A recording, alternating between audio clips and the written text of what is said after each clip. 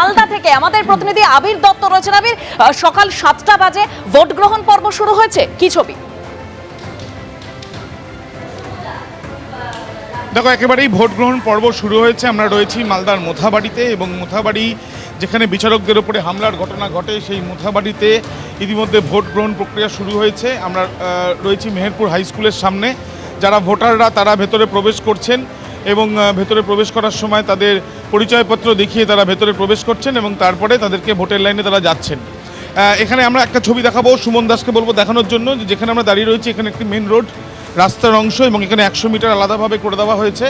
ঠিক আমার বাহাতে এই মেহেরপুর হাই স্কুল, এবং এই যে 100 মিটার সেখানে যাচ্ছেন ভোটাররা, এবং বা যাতায়াত যারা করছেন তারা এখানে নামতে পারছেন না। কিন্তু যেটা নির্বাচন কমিশনের তরফ থেকে বলা হয়েছিল যে এই 100 মিটারের মধ্যে শুধুমাত্র ভোটাররা থাকবেন, কিন্তু আমরা দেখতে পাচ্ছি কয়েকজন পুলিশ তারাও এখানে রয়েছেন 100 মিটারের মধ্যেই।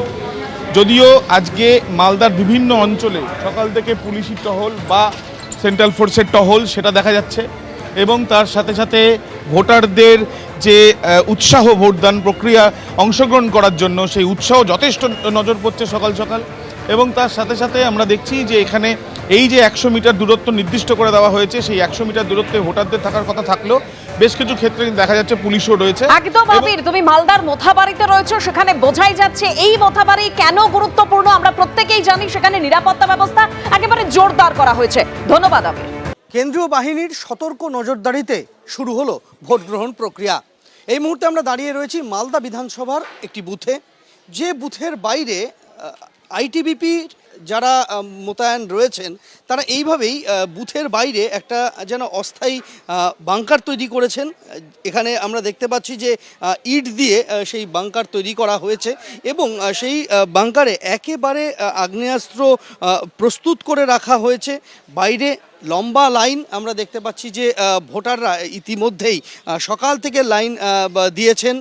পুরুষ মহিলা ভোটার আলাদা করে রাখা হয়েছে, এবং এখানে আমরা দেখতে পাচ্ছি যে বুথের ঠিক ভেতরেই সেখানে যিনি এই অঞ্চলের বিএলও রয়েছেন, সেই বিএলও তিনি এই লিস্ট নিয়ে বসে রয়েছেন। আপনার এখানে বসে থাকার উদ্দেশ্যটা কি?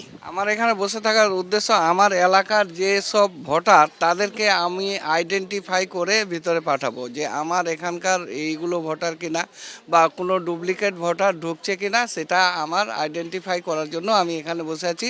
এবং কেউ যদি ভোটার স্লিপ ছেড়ে আসে তাকে আমি আইডেন্টিফাই করে সিরিয়াল নাম্বার দিয়ে ভিতরে পাঠালে ও ভোট দিতে পারবে।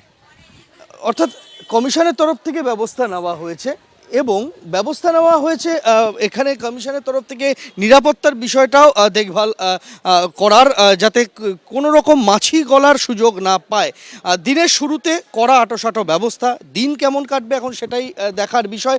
তবে বুথের ভেতরে, বুথের বাইরে, রাস্তায় সর্বত্র কড়া নজরদারির বন্দোবস্ত চোখে পড়ছে গোটা মালদা জেলার সবকটি বুথ জুড়ে। এবিপি আনন্দ, এগিয়ে থাকে, এগিয়ে রাখে।